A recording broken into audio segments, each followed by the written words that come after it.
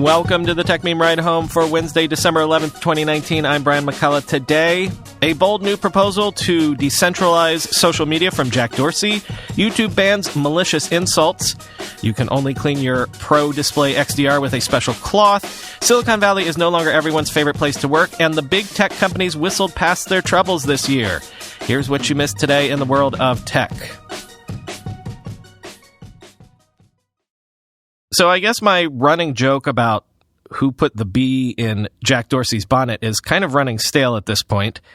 This morning, Jack released a pretty ambitious Twitter thread outlining how Twitter intends to fund the development of a project known as Blue Sky, an independent effort to develop an open and decentralized standard for social media. Let me just quote. Twitter is funding a small independent team of up to 5 open source architects, engineers, and designers to develop an open and decentralized standard for social media. The goal is for Twitter to ultimately be a client of this standard. Twitter was so open early on that many saw its potential to be a decentralized internet standard like SMTP, the email protocol. For a variety of reasons, all reasonable at the time, we took a different path and increasingly centralized Twitter. But a lot has changed over the years. First, we're facing entirely new challenges centralized solutions are struggling to meet. For instance, centralized enforcement of global policy to address abuse and misleading information is unlikely to scale over the long term without placing far too much burden on people. Second, the value of social media is shifting away from content hosting and removal and towards recommendation algorithms directing one's attention. Unfortunately, these algorithms are typically proprietary and one can't choose or build alternatives. Yet. Third, existing social media incentives frequently lead to attention being focused on content and conversation that sparks controversy and outrage rather than conversation which informs and promotes health. Finally, new technologies have emerged to make a decentralized approach more viable. Blockchain points to a series of decentralized solutions for open and durable hosting, governance, and even monetization. Much work to be done, but the fundamentals are there, end quote. Skipping down a bit, quote, why is this good for Twitter? It will allow us to access and contribute to a much larger corpus of public conversation, focus our efforts on building open recommendation algorithms which promote healthy conversation, and will force us to be far more innovative than in the past. There are many challenges to make this work that Twitter would feel right becoming a client of the standard, which is why the work must be done transparently in the open, not owned by any single private corporation, furthering the open and decentralized principles of the internet. We'd expect this team not only to develop a decentralized standard for social media, but to also build open community around it, inclusive of companies and organizations, researchers, civil society leaders, all who are thinking deeply about the consequences, positive and negative. This isn't going to happen overnight. It will take many years to develop a sound, scalable, and usable decentralized standard for social media that paves the path to solving the challenges listed above. Our commitment is to fund this work to that point and beyond, end quote. Jack went on to name Parag Agrawal as the lead of the project. So, a few ways to look at this. Number one, I've said for years that Twitter is really just a protocol disguised as a company. And frankly, smarter minds than me have said for years that social media, had it been invented a decade earlier, would have been a protocol. Things would be a lot more efficient at this point if it had been. And of course, you can still build massively successful businesses off of protocols. I mean, just look at Amazon and Google. And second, you could look at this as Twitter's version of Libra, but in a way, a more ambitious and radical project. Also, you could see this as Jack's version of Zuck's vaunted pivot to privacy. As Alex Stamos pointed out on Twitter, both companies want to be out of the controlling what people say business. Lots of folks, including the official Mastodon Twitter account, pointed out that projects like this already exist, but it is super interesting that it's one of the existing platform plays that is inspired to blow up the status quo of massive platforms parasitically strangling the open internet. Sort of reminds one of this scene from HBO's Silicon Valley. So then I thought, there's, billions of phones all around the world with the same computing power just sitting in people's pockets. So then I thought, what if we use all those phones to build a massive network. And here's the kicker. We use my compression algorithm to make everything small and efficient, to move things around. And if we could do it, we could build a completely decentralized version of our current internet with no firewalls, no tolls, no government regulation, no spine. Information would be totally free in every sense of the word. You want to build a new internet? Yes. Richard, I like it. That I would fund. I'd play the rest of that clip, but then I'd have to break the streak of never having a curse word appear on this podcast. YouTube is changing its user policy to ban videos that, quote, maliciously insult people based on their race, gender, or sex. The change comes after there was controversy surrounding a comedian's anti-gay slurs aimed at a journalist. Quoting BuzzFeed News, "Beyond threatening someone, there is also demeaning language that goes too far," reads the statement by YouTube's Vice President Matt Halprin. Quote, "To establish a consistent criteria for what type of content is not allowed on YouTube, we're building upon the framework we use for our hate speech policy. We will no longer allow content that maliciously insults someone based on protected attributes such as their race, gender expression, or sexual orientation. This applies to everyone, from private individuals to YouTube creators to public officials," end quote. The company also said YouTubers who, quote, repeatedly brush up against the harassment policy will also be removed from the platform partner program and will lose the ability to make ad revenue from advertising on videos, end quote. Quoting Charles Arthur on Twitter, "Looking forward to lots of YouTube chin stroking on what crosses the line of maliciously insult and what is just insult," end quote. According to Apple's own support documentation, if you buy that new Pro Display XDR monitor and you plump for the extra $1,000 nano texture glass, you are only supposed to clean that glass with a special Apple-provided cloth and no other, and no liquids or water should ever be used, quoting MacRumors. Apple warns that Pro Display XDR owners should never use any other cloths to clean the glass, and if the included dry polishing cloth is lost, Apple support should be contacted so another cloth can be ordered. There's no word yet on what Apple is charging for replacement cleaning cloths. Apple also has specific instructions for washing the polishing cloth, which includes using dish soap and water, rinsing thoroughly, and then letting it air dry for at least 24 hours.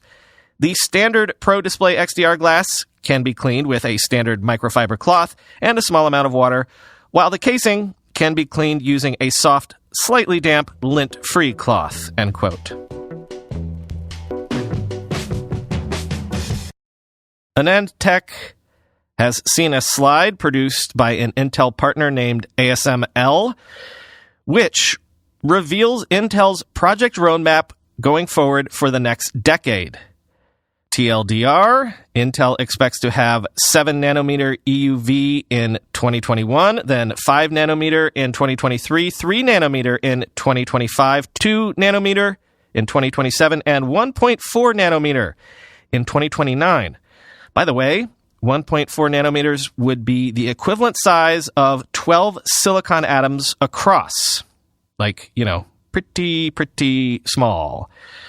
Quoting AnandTech, "In between each process node, as Intel has stated before, there will be iterative plus and plus versions of each in order to extract performance from each process node.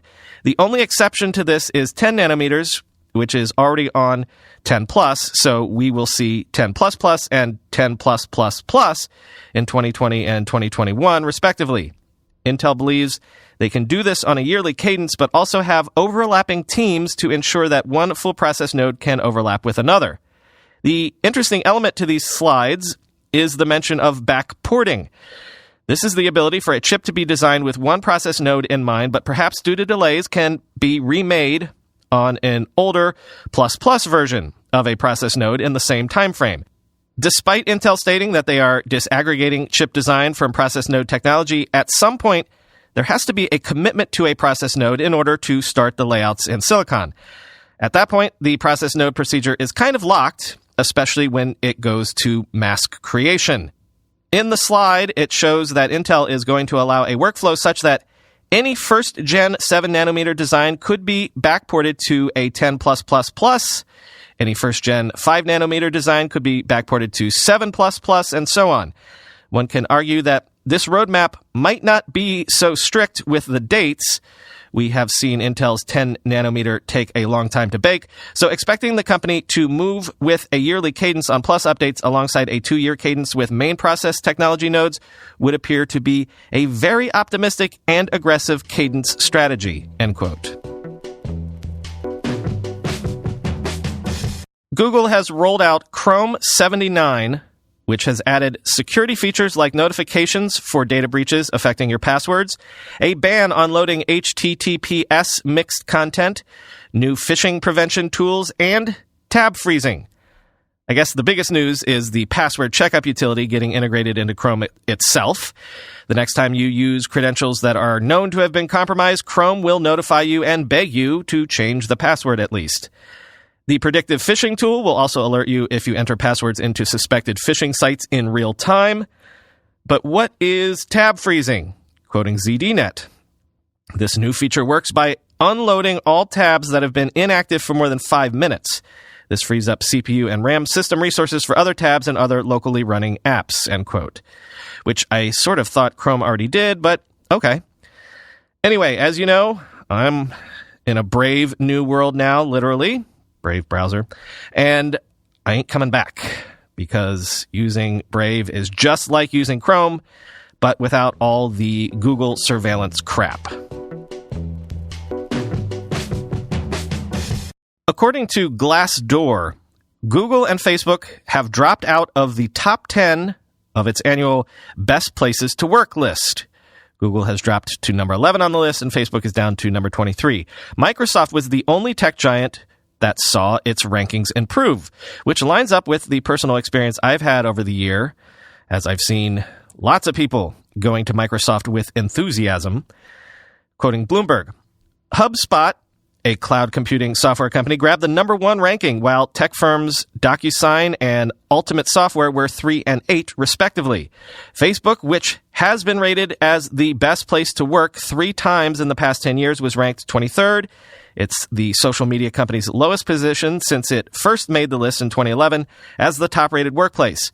Facebook, based in Menlo Park, California, was ranked 7th last year. Google voted best place to work in 2015, and a top 10 finisher the previous 8 years came in at number 11 on Glassdoor's list. Apple, once a consistent top 25 finisher, was ranked 84th. Amazon, which has never been known for a positive internal culture, failed to make the list for the 12th straight year, end quote. Finally today, I went on another podcast this afternoon, and they wanted me to talk about the 3 biggest tech stories of the year, and I had a hard time coming up with a list. Partially, this was for the same reason that when someone asked me what I talked about on the show today, I can usually never remember anything, because when you do this every day, it all tends to blur together in your mind. But one of the narratives of the year was tech under siege, right? Regulatory scrutiny, trade war concerns, and yet, as the New York Times points out, all the tech giants have seen their stocks soar this year, as investors have basically ignored any headwinds. Quote, this year, the S&P 500 tech sector is up more than 40%, handily outpacing the 25% gain for the benchmark index overall, which is itself the 3rd best annual return of the past 2 decades. Apple stock is up 70%, and it set a high-water mark last week. Google's parent company, Alphabet, is up 28.5% and set its own record on Monday. Microsoft shares have soared 49% in 2019, and Amazon is up 16%. And Facebook, whose chief executive Mark Zuckerberg has spent much of the past 2 years telling lawmakers why his company can be trusted on issues as varied as personal data and cryptocurrency, is up 53%, end quote. Indeed, Even a chip maker like AMD, which you would think would be super sensitive to tariffs and supply chain disruption concerns, was the best performing stock in the S&P 500 this year. Lam Research, another semiconductor company, was the second best performer, up 90%. But the rise of just the big five, Apple, Alphabet, Amazon, Facebook, and Microsoft, accounted for more than 20% of the S&P's total return this year, all by themselves. That is all for today. As always, I've been Brian McCullough. Thank you for listening. You can follow me on Twitter at BrianMCC. The show subreddit is r/ridehome, where you can pitch me story ideas. The bottom link in the show notes allows you to subscribe to the ad-free version of the show right there in your podcast app. And if you want to buy a classified ad to tell your fellow listeners about your latest project, email classifieds@ridehome.info. Talk to you tomorrow.